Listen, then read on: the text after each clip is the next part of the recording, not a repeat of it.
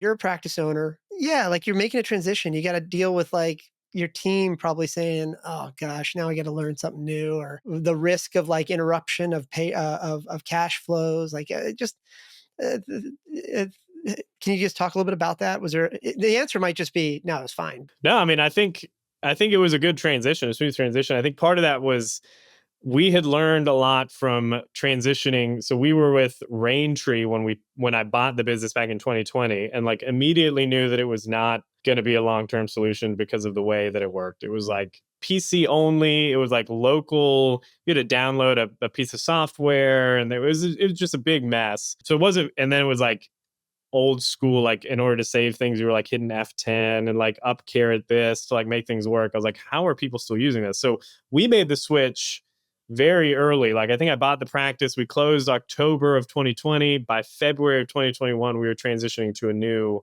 EMR, and we went with WebPT because at the time they were just like, if most clinicians coming out of school had done a rotation where WebPT was there, so onboarding would have been easy, right? We did that transition, and that one was probably a cluster from the beginning, and it was mostly because of like my lack of understanding of like being a business owner, like a clinic owner, and kind of managing that process and who needs to be involved and all that kind of stuff. The team didn't really get much of an input. It was like I chose WebPT, we were going to go with WebPT, right? So, and then it disrupted cash flow for a variety of reasons. One of which was that we were like switching billing companies at the same time. So it was, and part of me was like, we had already been losing, like when we bought the business, I think I mentioned this, when we first had a conversation years ago, like it was losing 50K a quarter when we bought it because it was the tail end of COVID, it was whatever.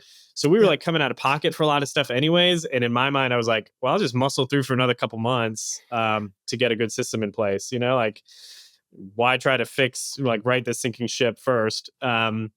So we just did it. It was like we ripped a band-aid off. We did a big change, and there were a lot of things that were like on my mental checklist. Like I mentioned this before. This document that's like every how to for all the business operations in general. Like how do you put a patient into the EMR? How do we call patients? All of that kind of stuff. And I had made a document, like a little sheet on that doc that was like all the things that needed to be that I didn't take account for that ended up biting us in the butt around this change for the EMR. So by the time we went into the the decision that it was time to leave WebPT for various reasons, I'm not going to disparage anybody who talked poorly. It was just time for us to have Yeah. go in separate directions. There were already a bunch of things on my list, like okay, these are the things that we need to make sure of are in place before, during, and after the transition to make sure things like patient retention wasn't an issue, that patients were actually getting like things you might not remember, like think about like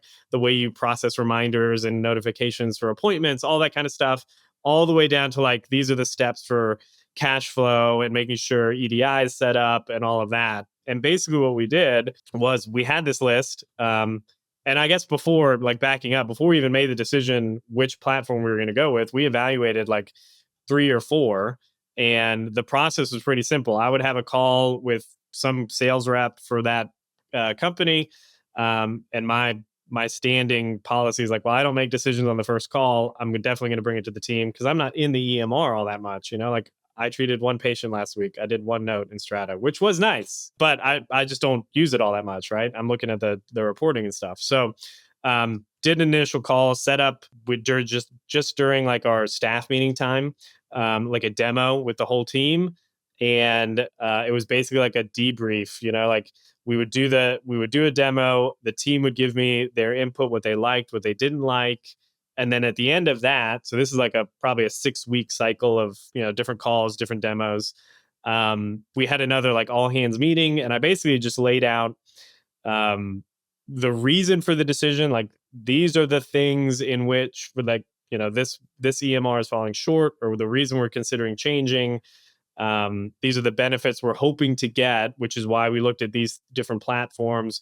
Which one would you feel comfortable with, this one, that one, A, B, or C? We kind of tallied it up, and ultimately like the buck stops with me, it's my decision. But I've found anyways, or maybe this is just my perception, like having involving the team early on, having the discussion about like the reason behind changing, because change is always hard, but like couching that change in the context of like, okay, these are our goals as an organization. This is really what we're trying to do, and this is how we can't, given our current platform or limitations or whatever. Really got them on board with, okay, this is a decision, like it's going to happen, this is why we're doing it, and then giving them feedback throughout the process for, these are the options, what don't we like, what do we like, what are some, we had a conversation about like what's the biggest fear you have about transitioning to whatever. And we had the team put them down, and we were like, okay, so we're going to try to address this, we're going to try to address this. And I mean, I probably had 3 or 4 different calls with each vendor before we decided to pick one. And Corey on your team was great and answered all of our questions. And I'd always be like, oh, one more thing, this one just came up. But I felt like it was very important for the team here to feel like they were, that their input was taken into consideration in the choice.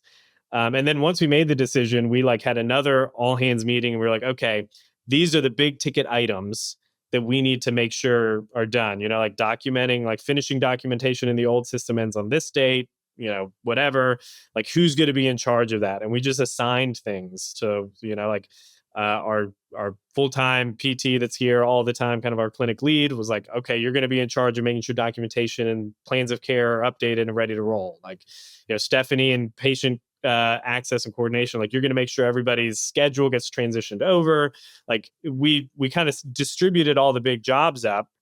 I did all the nerdy like data and spreadsheets to get to y'all's team for like the EDI enrollment and all of that, because that was my job, But we made it so that everybody had a role to play, had a job, understood how important that job was and why it was vital for a successful transition. And then we checked up on it every week. Okay, where are we at on this? Where are we at on that? What can we, like, do we need to chip in to help call patients to make sure that the schedule's filled in or whatever? So I think doing all that and just having a good team made it so that the transition was not super bad. And I don't know if it had anything to do with the fact that it was moving to Strata, or I have good confidence in my team. I feel like we could have moved to any platform, and as long as we had followed the same process, it would have been good for us.